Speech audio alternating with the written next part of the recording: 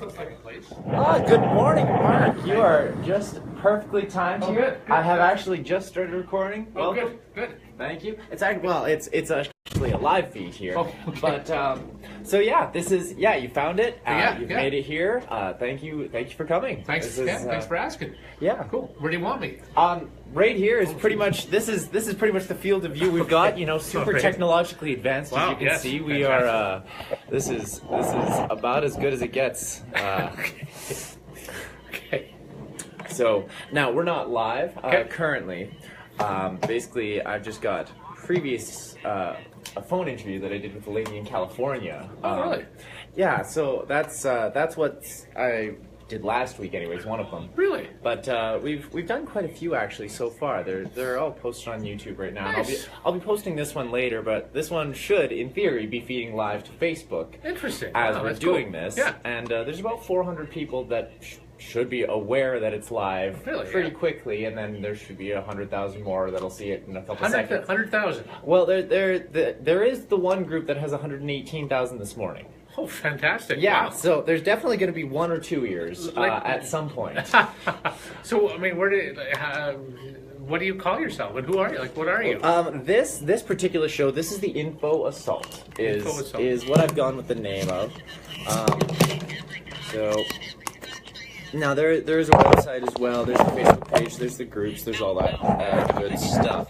But there is a few different medium that I use as well here. There's obviously there's YouTube as well, which has got a couple things on it. Now, most of those go under the pretty much the same title, self-titled Thomas James Arelis Carpenter, any groups, pages like that, or Info Assault. But there is the largest group out of all of it, which is politically geared, and it's titled I Hate Donald Trump. So that's good, but we should definitely get this on air because this is just exactly why we're here. Okay. So, all right. All right, and we are just going to be going live now. We have got Mark Campbell joining us on jessfm.ca with the Info Assault. We've changed our time for today, just for some scheduling things. But thank you so much for being here. Now, this microphone, you do have to sit a little bit closer. All right, to I'll go right here. How's that? We'll throw you up, and let's see here. Does that? Yeah, that should be. Yeah, everything is all set up properly. I've never seen one of these. It's you know, I'm sure it's your first time. It is. Yes, never done this. No. So, well, I mean, some of you may or may not have heard of the name Mark Campbell, especially if you're from Lethbridge. You probably have. Chances are, you're pretty much a local celebrity around here. So I've heard. We all have actually. Now, I did some quick researching on you. Just to kind of see what you've done around town here, because I mean, I've heard of you my entire life, as far as I can remember anyways, and it looks like you've started working in the news industry in the 1970s, if I'm not mistaken. Well, news, it wouldn't be news, it would be radio. I was in radio. Yeah, okay. Czech radio, 1974. So what exactly did you do back in Czech radio? Czech radio, I was the all-night jock. Nowadays, you just don't have that anymore. That's where you sort of start to learn how to be stupid. You make your common mistakes and whatnot. You do. So it was. I got a part-time job at Czech Radio, which is on Mare McGrath Drive. Was on Mare McGrath Drive, not there anymore. Mm-hmm. And it was from 12 to 7 Friday night, 12 to 7 Saturday night, 6 to 1 o'clock the following Saturday evening. So you just cut your teeth, you did your thing, and it was it was the biggest thrill I ever got to get a phone call saying, "We'd like you to start working in radio, and you make $5 for the day." Hey, I'm sure it was more fun than anything else, just being able to do it. Now, you specifically called it a disc jockey. Yeah. Like, you didn't use the term DJ, you didn't use any of that new stuff, but I assume there's a distinct reason for that, is because your job at the time was to actually physically take these discs. Sure, yeah. And you had to actually keep the music going the entire night. So, yeah, absolutely. And there was no other way to do it. Now, I know that I don't even have to be here. I click a button and it just keeps going for hours and hours and hours. That's probably a huge difference. What, I assume the setup probably looks different than what you had back then. We had two turntables. So it'd be one on the there and one there. We had the master control. We had two tape decks right beside us, and then there was another big tape deck in the back, reel to reel. And we had cart machines. I don't know if you know what a cart machine is. I don't. Cart machine is like an 8-track machine almost. Okay. It's so they look. So you'd have to put those in. Those were your commercials, or those were your IDs, or those were your jingles. 1090 check. So those. Okay, so like your preloaded sets or whatever. Yeah, and so you click through them in between songs or whatever. And You're physically putting everything together. Years go by later, and you basically sit down. And everything is in the computer. It's got tones on it. It just everything fires up. So you had to be an operator. You had to technically know how to start a song, when to begin it, and make sure that once the commercial ended, you hit the next cart for the next thing. Absolutely. So you probably have to become familiar with most of the music as well, just to kind of figure out when to fade out, when to fade in, things like that. You do. Yeah, and know if it's a cold intro or extra or whatever. So what do you mean by cold intro or extra? Well, when there's no music interlude, like for example, when we started this show. Yeah. Well, for example, Star Baby from the Guess Who. Well, I've never been much on a really new. See, that's a cold intro. Okay, so just kind of like starts off real sharp and right on. Now, you did the radio for a long time. I was, yep. I did a lot. It was a while. Did it change much during the time that you were there? Oh, while I was there? Well, I mean, I started the all-night shift, so that, what you do is a lot different than when you move into what was called the drive time. So drive time period would be when your people are going home from work. So I went from the all-night. So your audience is different. So as you're doing your job, you have to figure out, well, who am I talking to now? So, so eventually I went from doing the all-night show, where there's 6 people listening to you, to the drive home show, which is 4 to 7 o'clock or 3 to 6 o'clock, and then ultimately I got to the morning show, which is that changes everything. You've got to be on top of everything. You have to be aware of what's going on. People are waking up. They want you for your information, to be entertainment. So that's a kind of a bigger part of that all became important to me, and so those are the things that. Evolved, and then I got out of radio, and then turntables went away, and cart machines went away, and then everything is just basically into a computer. I remember when I first got back into radio, which was the new CJOC, which is downtown over there. I went into the control room and I just said, I can't believe how there's nothing here. It's just a computer, just teeny tiny little system. Yeah, I mean, we had it looks like this. We actually have turntables here. We don't even use them, but they actually would work. Yeah. But no, I mean, so there's probably been a lot of crazy stuff that's gone on. But you mentioned that one of the really important things to do when you're doing the morning news was to keep up on current topics and events and things. Well, but literally during the time that you were doing the radio, you were how most people got the current events. Sure. So how did you get them? Because there was no internet to go through, and what did you do? A little something called a teletype. Interesting. Why don't you explain that? Because I mean, I'm blown away about what you would have to do to figure this stuff out. That's true, yeah, and I'm blown away that we ever found any news. But and that was also back in the day when we had full news teams as well. So there were people dedicated to looking for this stuff. Yeah. So would you guys relay information back through telephones, and then you would be the guy, the correspondent then who would report it? Yeah. But the teletype was the would be your internet, I guess. Teletype was it'd be set up, and news would come in, and it'd be typing up. You probably heard the old. Sound effects can't even do it. Ching ching ching ching ching ching ching ching ching. So you'd always have to make sure that you had the teletype paper loaded, especially if I was the all-night guy, and you forgot to do that. Sometimes the paper would run out and there'd be nothing there. So the news guy would come in from the night before and say, "Where the hell is my news?" There's just nothing there. So was it like a giant roll of paper then that you would have to feed in? It would just spool itself through? It would, Excuse me. No, absolutely. Yeah, it was it. Yeah, that's exactly what it was, and that we had BN. It was called BN.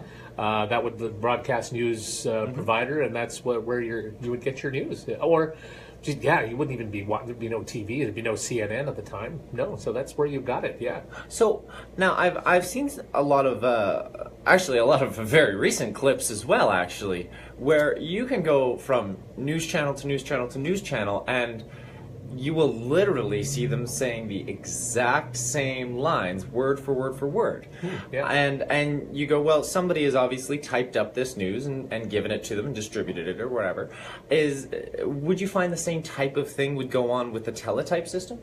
Well, they would all have, like, every radio station in town at the time, or every station across Canada would have that same service. So yeah, that pretty much would be what you'd get. Interesting. Yeah, I mean, I think there's probably there was different types of news providers at the time, but yeah, I think generally speaking, there wasn't a lot. It's not like today, not like, instant. I mean, if it's amazing how you can find news right now, like instantaneously. It's true. It really true. is amazing. Yeah, like I mean, I know that personally, I can literally turn on my cell phone, swipe my finger, and I will be aware of 17 of the most current topics around the world with a pretty good, accurate knowledge of how they happened. Yeah. But I mean, compared to 20, 30 years ago, I can imagine you would literally have to be sitting at your radio and listening actively. That's true. That's very true. So with the changes since radio, then do you think that's affected membership, I guess, or listenership, or viewership, or whatever you would? There's ratings and wise. Yeah, I would say it probably has. I mean, everybody has so many different options that they have to. With Sirius satellite radio now, with their own music, news channels, it's a whole new world for sure. I mean, I think in the radio, well, it's just the way of the world is. When we had a radio station, we had enough guys to put a slow pitch team together, because, well, and you would need it. Yeah, but so that is changed now, because like I think of when I first started, we would have weekend guys, we'd have the news guys. Excuse me, we'd have in a day, you'd have your 6 to 9 guy, 9 to 12 would be a jock, 12 to 3, 3 to 6, 6 to 9. And 9 to midnight, at some point we'd have something like that. So it's amazing how many people you would have in a radio station, and then that costs you money. Then they figured out a way to say, well, we don't need an all-night guy because we can voice track it, or we can just put music on. So that takes that away. And like currently in radio right now, I would say your morning guy is live, and for the most part, your afternoon drive guy might be live, but everything else is just all. So like voice track. When you hear that Ryan Seacrest stuff or whatever, Well, he's not in Lethbridge. Yeah, he's not actually recording. He's not recording. No, everything is. It's amazing. Like I think back in the day when I was, when we didn't have that, Christmas and New Year's was, you either got Christmas or New Year's off depending on your seniority, and you had your choice. And nowadays, you can. You're good. Everybody just takes the whole day and you go. Yeah, I mean, and that's when the last job I had was working at Country 95, and people kept on saying, I heard you on the weekend on Saturday. What were you doing there, or whatever, And well, no, I went in on a Friday, recorded it, and it took me a couple hours to record the 2 days, and then I'm done. So I think you just don't have to go back later. Good night, everybody. Yeah. Yeah. No, I'm honestly thinking about doing something similar for upcoming in the next couple of weeks here. I don't know. Whoa. If for anybody who's watching, I'm going to be going into back to school and getting some surgery in September. Oh, are you? Oh. Yeah, eye surgery, which they say you can't read, which makes reading difficult. Oh, but really? we'll see how it goes. Oh, wow. It'll be interesting. Good luck on that. Well, thank you. It's about my 4th, 5th, 6th. Like I've had a lot of eye surgery. Really? So, oh yeah. Oh, what? No, I was born legally blind actually, but I did not know that. yeah, no, it's very, very convoluted and complicated and whatnot, but it actually explains why I've got 6 prescriptions. Holy jeez. Yeah, I've learned something today. Wow. We both are. Now, you were saying how the way that we're getting our information has been changing just so much, and is with all the different medias and the mediums and the ways you can get this type of stuff. But I never experienced a time in Lethbridge where I was listening to the news and I went, like, I never questioned the credibility of said news. Sure. But now I definitely make sure if I'm online or if I'm checking other places, I gotta double check facts. Yeah, especially if you're watching The Onion. Well, yeah, that brings me to my question. I was actually wondering, where would you recommend, what do you think the best, most reliable, largest news sources would be? Well, instead of the fake news. Well, that's exactly. I mean, I didn't want to start referring to CNN, fake Washington news, Post. but Fake, bad, they're bad. To be perfectly honest, on both sides, left and right, Yeah. I look at both of them and I'm like, you're both crazy. So I'm trying to find a nice happy medium, and I've come across a couple that I find are more consistent, for sure. But as a professional, long-term news guy, what do you think is a good place to, what company do you think still employs the number of people that are necessary to validate and check their information? Well, I think CNN still has a lot of credibility. Excellent. Absolutely. CNN. I mean, that's where I turn on that and watch a lot of that, and they get perspectives from both sides. They do. They do. I mean, do. I see them interviewing Fox people all the time and trying to get the opposite viewpoints. And I respect a lot of their people that they have on there. Some of them, I think of a Don Lemon type. I don't know if you watch the CNN yourself, but Don Lemon, he tends to editorialize a lot of times, which I don't think necessarily is the job of a news person, but to bring in all sides and ask them to give their opinions. Absolutely. But I mean, but generally speaking, I'm impressed with what CNN does. I don't watch Fox News. I don't think I get it. A lot of the time, that's what I find is really a huge part of the issue. Isn't necessarily the news that you could find if you went looking for it. It's the news that you are being fed. That's true. And the news that you're in your geographic area. Yeah. And depending on where you physically live, that changes substantially. Sure. Some places, they don't get CNN. They get Fox. Yeah. And that's what they watch. And consequently, they will believe the things that they're seeing on TV all the time. Personally, I don't actually even own cable at all, or satellite, or satellite radio, or anything like that. I literally exclusively do everything online, which happens to bring me back to CNN and BBC and Fox and all that type of thing. I mean, personally, I found that there's some really, really good ones. Like when I see like Forbes or Business Insider or Reuters or something, I don't ever think that they have a political leaning. I think that they're just, because they're not reporting from a political perspective, they're reporting from a business perspective. I feel like they're almost more reliable. Do you think that that's true. I think so. I mean, you certainly have to read the news and make your own decisions whether or not you think that's credible or not. So, I think that getting a couple of viewpoints, depending on how much you really want to delve into what the situation is, it's up to you to figure out what you think is the right news or the fake news. It's true. Now, in the same respect, I can literally bring the internet up and I can search for anything I'd like, and I will find it. Oh, absolutely. I think back of when I was working at LAFM at the time, and we used to do something called super sessions. So super sessions, you'd pick a band like the Eagles, for example, or Brian Ferry or somebody like that. Just someone, and then so you'd find some information on them.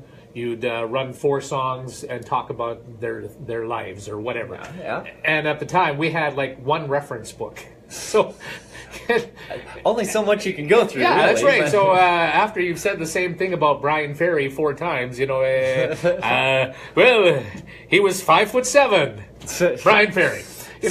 So now, as how I would have loved to have had the internet at that time, just to go on and then here's 1,000 different sites about Brian Ferry and different things that you can talk about. So it's the internet. For its good, it's amazing for things you can do. I would have to agree with that 100%. Yeah. But I mean, I'm almost looking at this now, and I'm listening, and I'm going, okay, well, people are programming all their radio things, and they're doing all this in advance, and then playing it later. But at the same respect, if they actually had the live hosts they could actually be looking up this information as it's absolutely, happening sure. now. For sure. Yeah, they which could, would yeah. actually give the experience 100 times better for an actual listener. Yeah. Like, if we recorded this and then something happened in 3-4 days, there would be absolutely no mention of it, although if we played it in 4 or 5 days, somebody would expect us to say something. So it just almost seemed awkward that we aren't using all of this technology to the best of our advantage, and we're almost getting lazy with it. Yeah. Maybe, I don't know, maybe it's my perspective. But now, you did radio until about the 90s. Yes, 91. I think I got I was, I had one of my many downsizes or go-aways. Well, it's restructurings or whatever. So my big joke is over the years that when a boss asks you to come into his office, always say no. Yeah, I'm not unfamiliar myself once or twice. It's definitely happened, but you know, I find that actually 100% of the time, I've always left wherever I was and gone on to something that I appreciate just as much or more. Good for you. Good. It's but you went into television. Yeah. Do you like it? Love television. Yeah, absolutely. I mean, obviously, the main difference between television and radio would be the picture. Yes. Which sounds simple. Is it? Yeah, I think it is. There's no, it's just your perspective. It's interesting. I was just doing a thing for the Gord Laurie Foundation. They run a charity golf tournament and they raise money. And so the people that were doing that said, we'd like to get some clips from people who appreciate the Gord Laurie Foundation. So we brought them to where a camera was, and all they had to do was just say, well, we love the Gordon Laurie Foundation for doing blah, blah, blah, blah, blah. But it's, every time you bring in the camera, suddenly people all of a sudden, blah, blah, blah. People who would normally have no problem speaking, and then all of a sudden you have that extra element, and you can't speak anymore, and you lose all your ability. No, I mean, you get through it, but it's stuttering just, and stammering. Yeah, so I've got a lot of experience of being on stage, and the camera never ever bothered me. So that was just another thing that was it was just like a microphone. It came naturally to you. Yeah. So it was So that part of it, and you just had to wear a suit. That's probably a huge difference. You'd have sure, to actually care about what you're doing and looking like. And so, would you ever shave? Would you ever worry about facial expressions? No. Why would I worry about that? Well, I don't know. I know that Jim Carrey, he would spend hours and hours and hours and hours just staring in his mirror and creating these extravagant expressions that he had. And that was one of the draws to how he actually got, people to interact with him personally. But I imagine that just your experience of speaking with so many people over the years, you would probably learn to just kind of mimic and respond to how they're playing into a conversation and whatnot to kind of get it to continue on. Yeah, sure. Did you typically have to do like long interviews or? Well, in TV I first started doing the weather, so there was no interviews whatsoever there. Yeah. Okay, so it's pretty much just you yourself reading off whatever. Or? Mostly, actually, with weather, you can be so much more conversational and impromptu. You have a few of the facts. We have a teleprompter there, but you put in a few of the facts.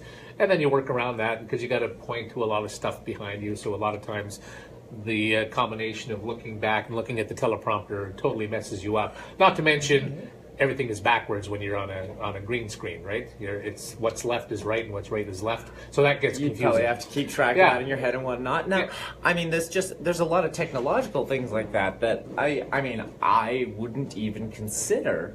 Just because I've never had the experience. I mean, this is pretty much it. And I really don't care if I'm looking at this camera or not, because you guys are going to watch or you're not, and that's fine. And, but, I mean, you were mentioning green screen, and then you probably had multiple cameras and things like that. 2 cameras, just 2. 2. Yeah. Was there positionings on the floors and things like that? And that probably mimicked a lot of like theatrical things and stuff like that, or? Yeah, I mean, it's pretty straightforward though. Here's the area that you have to be in because otherwise we won't see your green screen. The green screen creates your backdrop, so you can't move out of there. You have your monitor on the right and your monitor on the left to make sure that you know what you're doing and looking. The camera is there, and it's once you've done it for a couple of weeks, it's pretty straightforward, pretty natural. It sounds like a lot of fun, honestly. Well, yeah, you got to experiment a little bit and be a little ad-libby and... Yeah, well, it was fun. Every now and then we'd have a silent auction winner who got to do weather for a day. Ooh. And so, I mean... Could be anything. Yeah, but they'd come in and, they'd try it once or twice before, and that was back when we went live. And so, and now, everything is pre-recorded. But so they go in there, and it'd be a real mess up. I love that. Some people, actually, I believe not just some people. I think this is actual statistics say that public speaking is, on average, more feared than death. Yes, I've heard that. Yeah. And why do you think that is? That's a good question. I can't answer that because I've never had that fear. I love to talk, be in front of people. So, but I can see it. It's just the fear of people looking at you and the fear that you're going to say something stupid and then they're going to laugh at you. I don't know. Yeah, you might screw up or say something you shouldn't.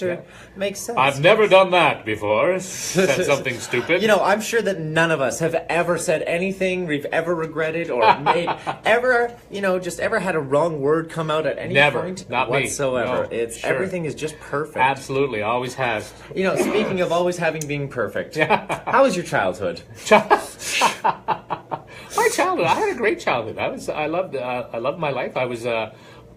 I had me and my brother. Okay. Older or younger? Older brother. He was he was tough on me at sometimes. We'd as they should be. I remember my parents would leave and we used to play football back in the day. And he said, "All right, here's what we're going to do. We're going to get our football equipment in, and you're going to try to get behind me in this hallway." So, I mean, he was, 5 times bigger than I was. So we'd have to get in this narrow hallway with our football equipment on, and I'd have to try to get around him. Lovely. I'm sure the walls just survived great. I know. It was so, brutal. How much older was he than you? A couple years older. 2, 3? 2 years older, yeah. 2 years, okay. Yeah. I read something once that said if you had a sibling who was 5 years or greater difference in age than you, it is as if you didn't have a sibling at all. Really? Oh. Because when you're growing up, even being 1 year different in age is huge. Oh. But 5 years, you're completely different. Like you're not even hanging out together anymore. Yeah. Well, my brother and I were totally different people. He did his thing, and he was into his own stuff, and I was into my own things. So we were definitely different people. So did you both stay in Lethbridge then? Or? My brother's in Kelowna now. Oh, okay. Right on. Were you born in Lethbridge? Born in Lethbridge, born in state. Yeah, never. Yeah, that's it. So yeah. You must like it then. I guess so. Well, I do. I mean, I do. Personally, I do. I choose to be here. I do too. I've, and I talk about this a lot. Is that there was a time in my life where I didn't want to do anything. I was in a bit of a rut with radio. It was only 4 years that I was in radio, and I was just back. That was also back in the day when we were doing 6 days a week. We only got one day off.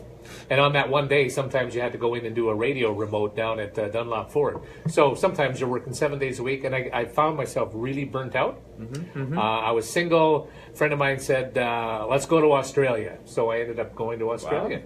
And I was thinking, well, I'm going to go to Australia. I'm going to land there. There's going to be a guy at the end of the runway saying, "Mark Campbell, come here. This is your new life. This is going to be exciting for you. Are you ready for your new opportunity?" And didn't happen. He wasn't quite there. Like that. He wasn't there. No, that's weird. But I had a great time. I went to Fiji, Hawaii, New Zealand, Australia, and it was like a 6-month trip. And we did the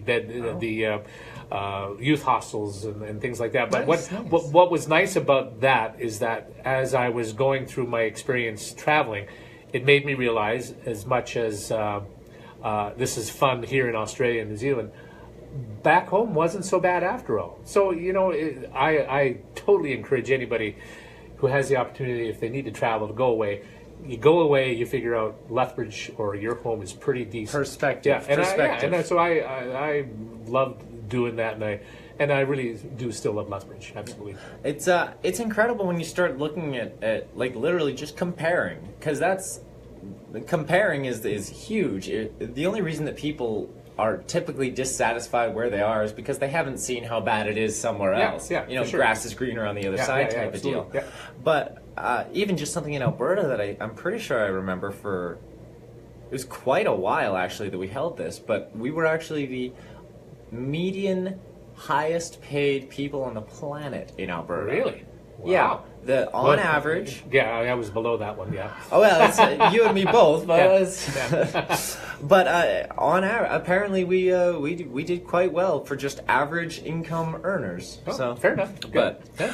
now you grew up here, so Yep. you probably went to school. I'm guessing. I mean, maybe you didn't. Yeah, I did. Yeah, that was you're forced to. Good. That's how you have to go to Yes. school. Yeah. Excellent. So Catholic Central, as you. CCH, I did not go to CCH. Did you not? No. Okay. Where did you go? First, I went to the Montessori school Okay. actually for pre-K French, but then for elementary school I went to Agnes Davidson for French immersion. Oui, c'est So ça. now I'm CCH goes from grade 1 straight through to grade 12. For me, no. That was high school. High school. I started at St. Mary's. Okay. St. Mary's over to St. Francis, Catholic Central. Catholic Central would have been grade 10 to 12. Back in the day, it was 10 to 12. yeah. Back when these things made sense, you know, Yeah. 1, 2, 3, 4, 5, 6, Yeah. 7, 8, 9, 10, Yeah. 11, 12. But now it's high school is 9, 10, 11, 12 now. Oh, I guess so. Yeah. Which I don't get that. Grade 9 seems young to me. Is that? I don't know what to think about that. Grade 9. Yeah, I mean, when I was I was a young guy in all of my grades. Like I wasn't very smart. Oh well, you've got me fooled. That's the important part. Yeah. So after CCH, did you do any post secondary? College, Lethbridge College, took the radio arts program. That's Excellent, where I got my start in, and how I figured out how to get your contacts to the exterior, to the job that you wanted. Right on. So that's how I was really lucky to get from here, go to radio arts, and after my first year, I was able to find a job, that part-time job at Czech Radio. Wow. No, I mean that's even nowadays it's impressive when you hear somebody who actually gets a job in the field that they studied for. Yeah. I went to the college as well a couple of years ago, and I got a marketing diploma, so it wasn't quite the same thing. But I mean, marketing and radio are kind of hand in hand. But I found the Lethbridge College was just a really, really good institution for showing how to actually get a lot of hands-on experience. And It's practical stuff.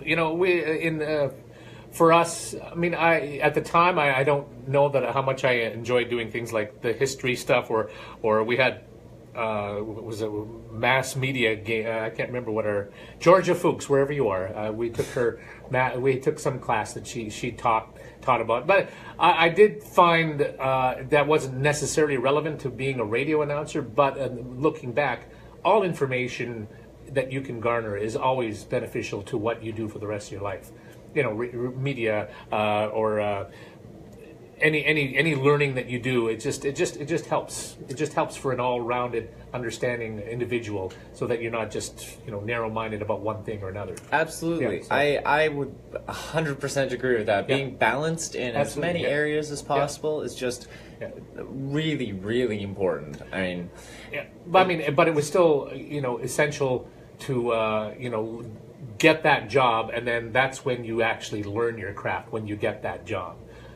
That working or getting that bit of education at the college, it helped you kind of figure out a little bit of what you were about to get into, but then getting the job when it was the reality of the job was much more beneficial for the rest of your career. Yeah, life is always a little bit more challenging than the practice rounds, for sure. Yeah, absolutely.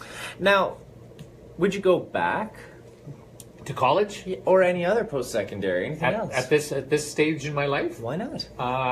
No, I don't think so. I'm kind of on.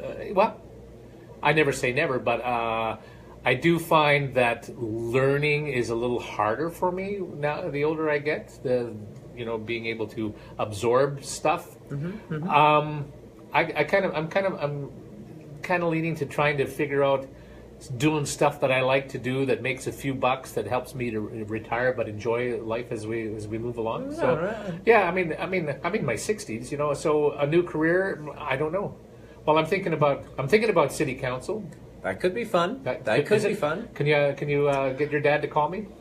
Yeah, you know, I'm sure there's definitely a couple phone calls that could be made. He was actually our second guest on the show. Oh, was he? Well, he yeah, was. So, well, who the hell was your first? Was he pissed off? Daniel Zappulla. Oh, good, wonderful guest, wonderful. Absolutely, guy. from the Bridges of Hope. No, Yeah. he's fantastic guy, and if you guys get a chance, check out the Bridges of Hope. Give them some Good. money or something. 'Cause Yeah. they're No, good peoples. Good. But no, I mean it's always been really, really good just to see all the different types of people and the different types of. We were talking about balance and getting a good balance in your life and stuff. But so far we focused off pretty heavily on education and news and media and things like that. You briefly mentioned that you went traveling for a bit. Yep. Do you do any type of physical activities or sporting or hiking? What do you do? I did a lot of jogging as in my life. Did a lot of jogging, did a lot of squash, loved squash, played a lot of hockey. So I always wanted to maintain a certain level of physical activity, and I still do. I have a membership out of the college, so I try to get on the low impact machines over there. Still try to walk as much as I can, do a little bit of lifting. Absolutely. So yeah, that's always been an important part of my life, and I don't think that could ever stop. I need to do that. I agree 100%. So that's very, very important. I wish I could swim, but I'm incapable. Oh, no. I don't know. I don't take to water like the fish do. That's unfortunate. I love swimming. Yeah, that's being legally blind. I was restricted with the sporting activities that I could play. Yeah. You know, you can't play most of them. Yeah. But you can swim. You don't need perfect. eyes Yeah, to swim. yeah. So I was actually a lifeguard instructor. Oh, really? Good for you. Yeah, that was. You must have been asked if you played basketball your entire life. I still am. Yeah? I still am. Yeah. And you know, yes, you can respond to it a couple of different ways. You know, you can get upset. Yeah. Or you can realize that this is just what people are going to do forever. Yeah. Or you can take that a step further and you can go, you know they're going to ask this exact question, and you can think of a really witty response. Yeah. Do I play basketball? Why, no. Do you play miniature golf? Because... But, I mean, you can come up with these all day long, but I never actually did have the opportunity to play basketball. That's too bad. I mean, well, not too bad. I mean, that's just the way it is. Yeah, nah, it works out. Yeah. Honestly, I'm not dissatisfied. I've done the math, and the guys signing the checks for the basketball players don't play basketball either. There you go. Now let's see. What I mean, I've done a bit of research on you beforehand, and anything good? Well, yeah, a little bit. You've got, you know, there's more than you might think. Oh God, I know. Yeah. I know. You did musical theater. I did. Did lots of musical theater. Yeah. Do musical theater. Yeah, I see. Yeah. I love it. How long ago did you start that? What is musical theater? Well, I would have started when it was the Allied Arts Council back in, and you know what? I don't know why. I just gravitated to it. My parents always had the musical theater scores on albums. Yes. And I went to the very first show that Lethbridge Musical Theater ever did over the Capitol Theater over here was Finian's Rainbow, and I went to it. I thought, that is cool. And so when the opportunity came up with what was then the Allied Arts Council, and people who are older would know the name Dick Mells. He was the director at the time, and he brought kids in to do shows in the summertime. This is before New West Theater, and we did. My first show was called Bye Bye Elsie High, I believe it was called, or Damn Yankees. It was Damn Yankees. It was Damn Yankees, and so I did that, and for me it was a way to meet girls. You know. Excellent. I know. How old were you at the time? I would have been 17-ish, 16, Oh, that is 16, 17. perfect. Yeah. You know, you're a smart man to figure that out right at that time. Yeah. I quit singing Did you? right around that time because boys didn't sing. Oh, wow. That's too Yeah, bad. no. I should have flipped my logic around at Yeah. that time. It took me a couple years to figure that out. So you've pretty much continued that your entire life then. Yeah, I've had some tremendous opportunities. That I couldn't imagine. I'm so thankful that I got the chance to play roles that just like Shay from Evita, Judas from Jesus Christ Superstar, Jean Valjean from Les Mis. I mean, those are just roles to die for, and I was lucky enough to get them, and it was just and to be able to. All of those were with the Lethbridge Symphony, pretty much, and so to sing in front of an orchestra like that, wow. I am very, very blessed to have that opportunity. I just absolutely enjoyed that. Sounds incredible. Yeah, sounds cool. awesome. Yeah, it's pretty cool. No, that would have been amazing. Are you still doing stuff like that? Well, if the opportunity comes up, yeah. I'm doing a show in December, which is it's a radio play. We're doing it on stage as a radio play. It's A Wonderful Life, the classic. Okay, yeah. So, but we're doing it like if you're going into what they used to do in radio days, where you'd have sound effects and you'd have the actors would be reading the scripts. And so, you'd hear the doorbell, and there'd be someone physically there going, bing bong, or using the sound effects. They wouldn't be doing reading it all out. And so that would be looking forward to that. interesting. Yeah. Right on. Yeah. So how long does a performance like that take to do? Oh, it's depending on who's directing or what the show is. You're pretty much giving up 3 months of your life, pretty much. Lots of like when you're talking about Les Mis, which is a huge undertaking. Yeah, that was. I mean, I think I found out in February that I got the part, and I pretty much needed to work on it from February until December when we did it. Not every Practice night, makes but perfect, but you right? really had to learn the stuff. It was it was a challenge, a major challenge. And I mean, how big is an orchestra then? How many people? Like 100 people, or? Oh no, it wouldn't be that big. It'd be I think with the symphony would be. Must be 20, 25, maybe 30, depending on... That's a lot of people that are all practicing to be absolutely perfect for you to do this singing bit with them. Yes. So Yeah, absolutely. Would you practice a lot with them then? No, not with the symphony, no. We'd basically have like a rehearsal pianist. Okay, who would just kind of go through the music with you and... Yeah, and then towards the end of your rehearsal period came the time that you would get to rehearse with the symphony itself, and that was an exciting time to finally get in front of them. I bet it feels a lot different to actually have all of that. And it can almost freak you out saying, I didn't know that's what it sounds like. I've sang a lot with pre-recorded music, like karaoke tracks and things like that, and just solo on stage, but rarely have I ever sang with a live band. And when I did, it's a completely different experience. Like actually having the live music playing behind you, and even just them making mistakes. Like it's not even like huge mistakes and stuff, but it just kind of almost makes the music feel more real as it's kind of going, and you're aware of how things are supposed to be. You know exactly what note everything is supposed to sound like, and you will know if it's a 99% performance or a 100% performance because you've spent 3 months listening to this song every single day. Sure. Whereas for everybody else listening, it's 100% every time. Yeah. But I mean, it shows the level of practice that has to go into putting on a performance like this. Oh yeah, but the musicians though they're real professionals. They know their craft, and it's if there's a mistake, it's usually the other guy. There's a lot of really talented musicians in Lethbridge here for sure. Everywhere. But there's some incredible people that just hide in their basements with their instruments, and they can do some incredible things, and nobody will ever hear about them. Yeah, that's too bad. And if you're watching, you should get a hold of us. Maybe come on the show and play us a song or something sometime. Yeah. Now, what else have we got to talk about here? I've got lots more questions here, but you have met some pretty famous people. Yes, I've had tremendous opportunities over the years. And not only like on radio, but also people that have come through town that have had the opportunity to, for whatever reason, they say yes, I'll do an interview with you. And my biggest claim to fame is Lady Gaga. Who knew that Lady Gaga was going to be famous? And she was playing at what was then the Suede. Yep. And when it was open. Yeah, that's right. And my camera gal at the time, Diana, said, we should try to get her. I think she's going to be something. And I said, who's Lady Gaga? And I knew nothing about her whatsoever. And she had just released her first album in Canada and was doing really well. And Diana said, yeah, she's a little off the wall. She's a little eccentric. She wears weird stuff, but she's really talented. And I said, okay. So I made a phone call, and they said, yeah, we can do it.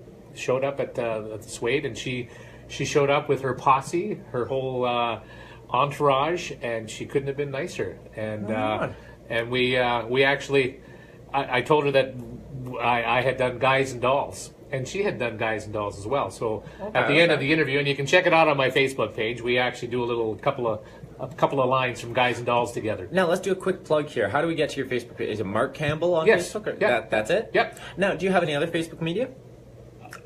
I do my Cool Cars, Interesting People. You do, Yeah. and you've got a website too. If I'm not My own mistaken. website? No, not my own website. No. Is it a blog or something like that? I do my blog. Yes, I have a blog. Yeah. Okay, yes, you do. Okay, I'm not crazy, right? No, I wasn't reading some random guys. No. Okay, good. Greetergrammar1.wordpress.com. Yeah. Greeter Grammar, GreeterGrammar.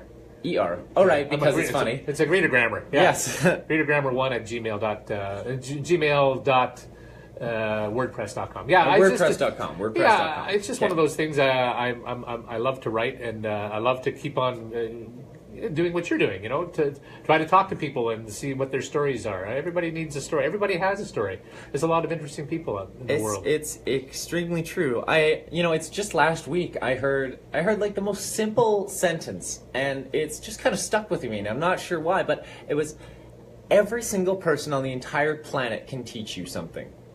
And and I thought about it for a second, and I'm like, well, it's yes, but when you really stop to think about that, you don't know what they have to teach you. Yeah.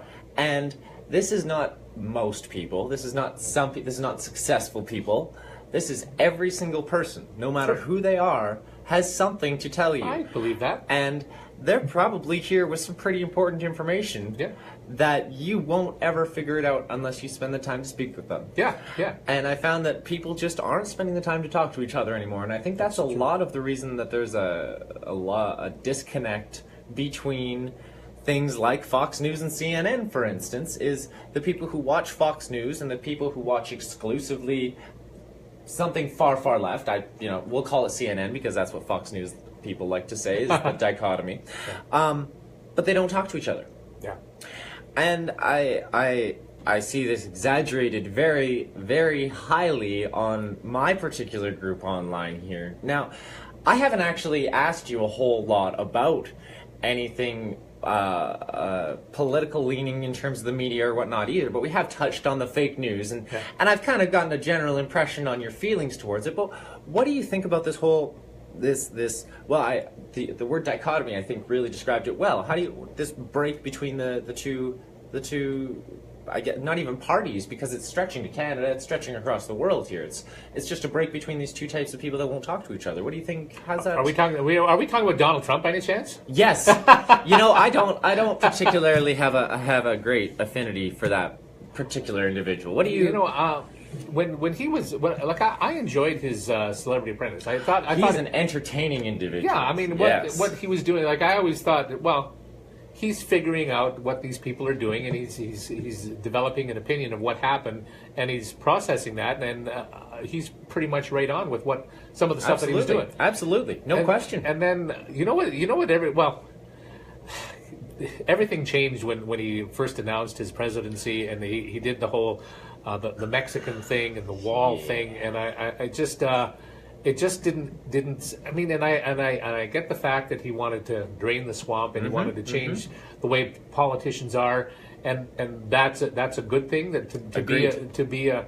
But the one thing that just made me say this person is not the person who needs to be president is when he went on and on about how he believed people were not telling everybody that he had more people at his inauguration. That, to me, you won the election. Okay, you didn't. Why does it matter how many people? How big is your penis? That's exactly. And who cares? And to not let that go, and to go where was it? Was he with the CIA? Where it was supposed to be a poignant stop that he made I can't remember the exact situation, but it was so inappropriate to do more of, I had more people at my inauguration than, why? It's all of those things that he will not let go. And pettiness. Very pettiness. And just talking about, the condemning all news people. Like I don't know why. I mean, he continues with the CNN thing and calling it fake, all the fake news of Washington Post. And these guys are people that I know fact check all the time. That's exactly right. I mean, that's my opinion, and I know there's people that just They will never believe it, no matter what you say. And you know, he just acquitted, or he pardoned the sheriff down in Arizona. Yeah, the racial profiling guy or whatever. You know, and this is while the Class 4 hurricane's going on or whatever. Yeah. So there's a lot of things about him that are just so non-presidential. Like I just, and the fact that people who, well, like the Kennedy Center honors, these are people that have contributed so greatly to the society, to the arts, and he's not going to be there, well, because he doesn't want to create a political situation. And that's sad that a lot of these people don't want their president to be a part of what is one of the greatest honors they can get. You know, when you don't want to go to the White House and you're a member of a sports team to get, be honored by your president, because you just don't. It's not an honor to you. No, it's and that's I find that, and I really wonder if he's going to make it through his presidency, and I often wonder if he does want to make it through his presidency. If this is just a big game to him. Just I don't know. He's not the person that I admire at all right now. I don't. I would have to agree a lot with that. Yeah. As many of you listening know, and I don't know if you actually knew previously or not, but I've been doing this for quite a while, this whole anti-Trump deal, far before he was elected. Oh, really? I didn't know that. Yeah. Over a year now. Oh, wow. Basically what started me, I've always been conservative, typically, Southern Alberta boy. This is generally the culture we were raised in. I have some liberal views, but I've always been a conservative. And so I start hearing some crazy stuff about this election. I'm hearing about Hillary, and I'm hearing about Donald, and I'm hearing, like, off-the-wall crazy things that I haven't heard about any other politicians ever. And I'm getting pretty curious, honestly. Yeah. So I start looking into it. Now, as I said, I'm conservative, so I start looking into Hillary first. And I'm hoping that I find some, because this stuff is crazy. And I'm like, I really hope I find some. This would be so good if I... And I didn't. Yeah. There was lots of opinion articles, there was lots of shady whatever, but I couldn't find anything where I'm like, that's terrible. You're a horrible person for that. Yeah. I'm like, well, so I look into Trump. And it was all true. Yeah. Every single thing. Have you heard about a sexual allegation? About Trump? Yeah. Yes. Have you heard about one? More than one. You heard about 3? Yeah, I think there's 4, been a few. Yeah. 5? Yeah. 15? I don't know how many. I found 16 so far. Is that right? 16 different women so far. Wow. So I'm listening and I'm like, I check out, what are even the statistics on coming forward with a sexual assault? It's 20% of college-aged women even come forward. Right. And I'm just doing, quick extrapolation here. If there's 15 that came forward, are they all true? Maybe not. Is one of them true? Yeah. Yes. Yeah. This guy is not a good guy. I don't think so. No. That wouldn't even be a huge issue for me personally with him as president, because that doesn't affect him doing his presidential job. It's more of a moral fortitude issue kind of a deal. But what I find is really troubling is how it's obvious that you can buy this guy. Like, you can look and fraud. Fraud is a perfect example of you can be bought. Here's some money, or you can do not the money thing. And if you get caught for fraud, and he was just charged for fraud in March, for that 25 million Trump University thing he settled for or whatever. Yeah. I mean, you could look at the 169 other federal cases or the 3,500 other litigations, but I mean, he can be bought is the issue. Now, if you start going onto a global stage, money doesn't mean that much for a country compared to one guy. Right. So you get a guy like Putin who goes, here's $500 billion, commit a little treason. Would you say no if you are Mr. Art of the Deal? Yeah. And that's scary that you can even consider that that's a possibility. Sure. sure. But maybe, I don't know. We've kind of gotten a little off topic. You speak any other languages? Or is it just good accents? Oh, no, I don't speak it. No, nothing. I don't speak anything fluently. No, I No? don't. No. I mean, I took some French in elementary school. Je vais chercher du bon vin à la cave. Madame Thibault, tu es bête, ma pauvre Catherine. There, that's all my French. Good night, everyone. You know what? That sounds excellent. That's pretty much enough to get by.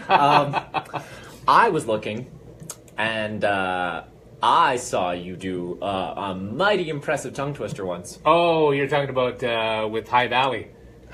Is that The German tongue twister. Yeah, that was fun. That was they sprung that one on me. That was kind of cool. Well, yeah. I'm going to too. Are you okay? Can you repeat the German tongue twister? No, not at all. No, not at all. Are you sure? Well, have you got it written down for me? It had a lot of V's. Did it? Vil de var de ruden blad de vil de var de schrijf van Wagner. That's the one. Yeah. That's. Yeah. You know, I didn't write it down because I couldn't figure out how it was spelled. I but have no idea. It seemed like you got it pretty much perfect the entire time. So. That was. What kind did of it even mean? I think it's just one of those low German Mennonite things, tongue twisters that means hardly anything at all. I don't. It's just gibberish or whatever. But right on. I mean, there's a lot of people that speak German around this area too here, and I assume that's probably why you were interviewing those individuals. No, High Valley. They were just they're a country band. Yeah, are you familiar with? I am not super familiar with High Valley. They're actually they're an Alberta band, and they've actually gone on to like really big time status. They've really blossomed into a really cool country act. So they were in town. I think in that case they were opening for somebody, I believe, and just good guys, just really good guys. I remember them coming through. They played at the Victory Church when they were just coming up. Oh, really? Originally interviewed them there, and then they came through again and got a chance to talk to them again. And they've appeared on Good Morning America. They've done the American tour. They're pretty big, pretty big now. It sounds like you've had a lot of really good interviews. I've had great opportunities. I mean, so far I haven't. I've literally gone in a whole bunch of different directions with your interviews here, and they've all sounded like they were great. Cool. What's your worst interview? My worst interview? I think it just as the circumstances were, it was Johnny Winter. Johnny Winter from the he's a blues guy. You know Johnny Winter? I've heard the name. Yeah. I'm just trying to place him, but he plays a lot of blues, and I got him. It was for a radio interview, and I got him on his cell phone, and he was traveling through BC at the time. The cell phone was not good, and he was a kind of a one answer kind of guy, and wasn't totally into the interview. So that one, the quality of the cell phone and his answers, just I ended up I couldn't play it back. This was pre-recorded, and I just couldn't play it back. It was I mean, he was nice enough, but it was just it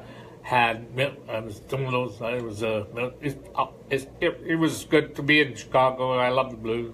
So that was kind of all choppy. Yeah, that's unfortunate. Monotonous answers. But it was. I love his music, but that just didn't work out. Combination of technical issues. And that's always. I've been actually lucky because in the situations that I've created for myself, where it was just.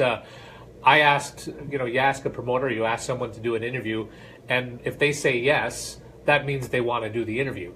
So, unless you're a total douche, they'll do the interview for you, and they'll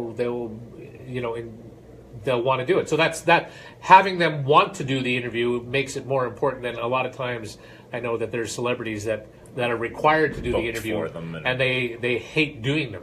So in my case, they all wanted to come on and do it, so I was pretty lucky that way. Right. Yeah. So can you remember an especially eccentric interview or an over-the-top person that you might have had that was just, crazy to have on the show as opposed to possibly your Mr. Winter? Eccentric. Oh, gosh. No, you know what? I like I say, there was just people that were engaged. They wanted to talk, and they were fun to talk to. One who was not really a celebrity, but it was kind of funny, was someone who was they were part of Toastmasters, and that was back at the time when we had 7-minute segments for Seen and Heard, and this gal, she didn't talk very well, and she was part of Toastmasters. So by the time by the time 2 minutes was up, it was like, we've run out of things to talk about. We got 5 minutes left. So just that was dead air. Yeah, so that was just, she was just. But as far as celebrities go, I don't recall anything where I'm just saying, oh my God, this was the worst, horrible thing that ever happened to me. So I've been fortunate in that way. Oh, yeah. Yeah. So have you ever done I know, let's see, one of the other, Wayne Newton and Yes. Florence Henderson. Yes. Oh, how cool was that? Yeah, you've had some pretty big names on here. I didn't actually get a chance to I don't know if they're even recorded interviews or not. I don't know if you can. I couldn't find them. No, well, the Wayne Newton, yeah. You know what? We record all of the seen and heard stuff that we did. We gave to the Galt Museum. So I don't know if they have them or they're archiving them. But the Wayne Newton one was really cool. I loved that because we went to Vegas. Okay, we did the seen and heard in Las Vegas because Nice. there was a real group of people from Lethbridge who have done stuff in Vegas, including Dan Niehaus. I don't know if you know who Dan is. He was Westwind Gymnastics here. Got this sweet gig with Cirque du Soleil at Mystère at Treasure Island. And so, first and foremost, because I know that Gary Kirk was best friends with Wayne Newton. Wayne Newton, for people who don't know, was Mr. Las Vegas, Mr. Entertainment. He was the guy who knew. I mean, he did everything. He's an icon in Vegas. And Gary Kirk from Lethbridge, they became best friends. So I talked to Gary Kirk and said, "Would you do this?" And he said, "Yeah." And then I have to call the Wayne Newton people, and the Wayne Newton people said, "Yeah, he'd be happy to do it." So we went down to Vegas. We went to his dressing room after one of his shows at the Stardust, and it was just the nicest guy. Nice. Wayne Newton. And then we did Dan Niehaus with Cirque du Soleil, and they let us record the entire show, and then we were there twice, and we talked to Dan, and then we the people at the Bremen Furniture, I believe they were called, they did all of the furniture for the Stratosphere. So we talked to so it was it was one of those weird things that there was a Lethbridge connection.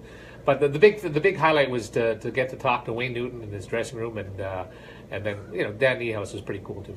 Well, I mean, I'm sure you've probably got just a treasure trove of stories like that, where if I mention just one little name, suddenly that light bulb will go off, and you've got a brand new eccentric story to tell. Well, yeah.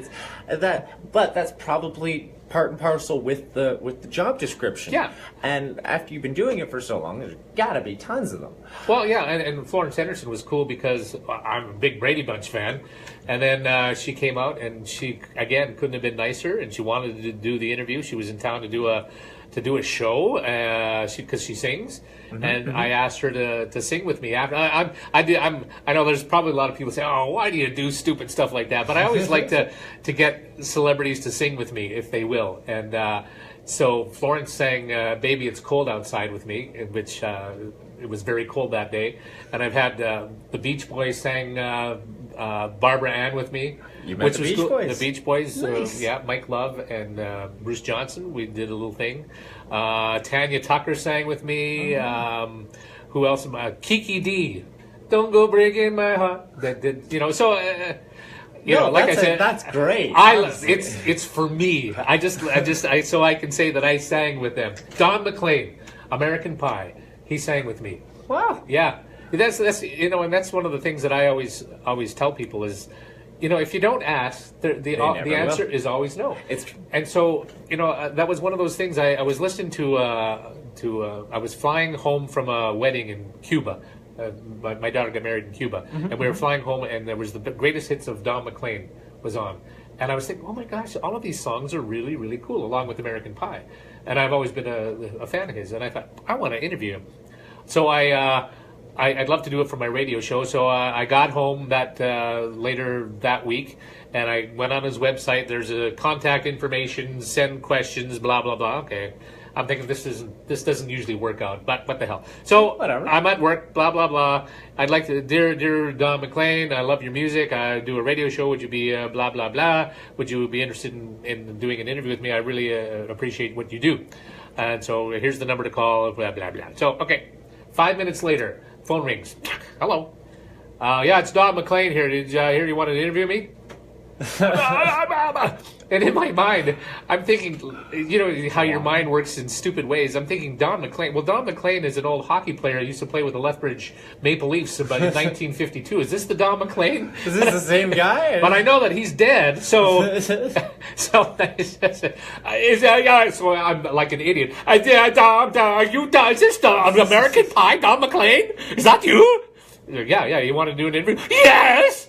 And so anyway, Sheesh. so That is excellent. Yeah, so he ended up doing the I couldn't do it right there because I was at my desk. I said, "Well, can 5 minutes later, Well, yeah. no, I said, "Can I call you tomorrow?" And he gave me the number. I called him the next day. It was epic. And then we sang "Bye Bye American Pie" for.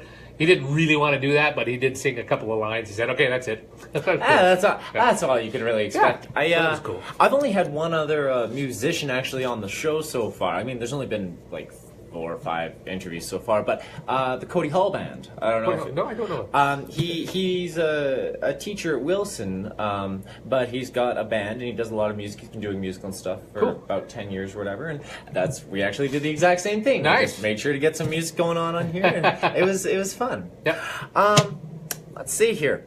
We are closing in at right around the end of our hour, but let's. No! I know, right? It's crazy, and we're still not even done. Oh. Like there's, Okay. but let's maybe get like 2 more questions. Sure.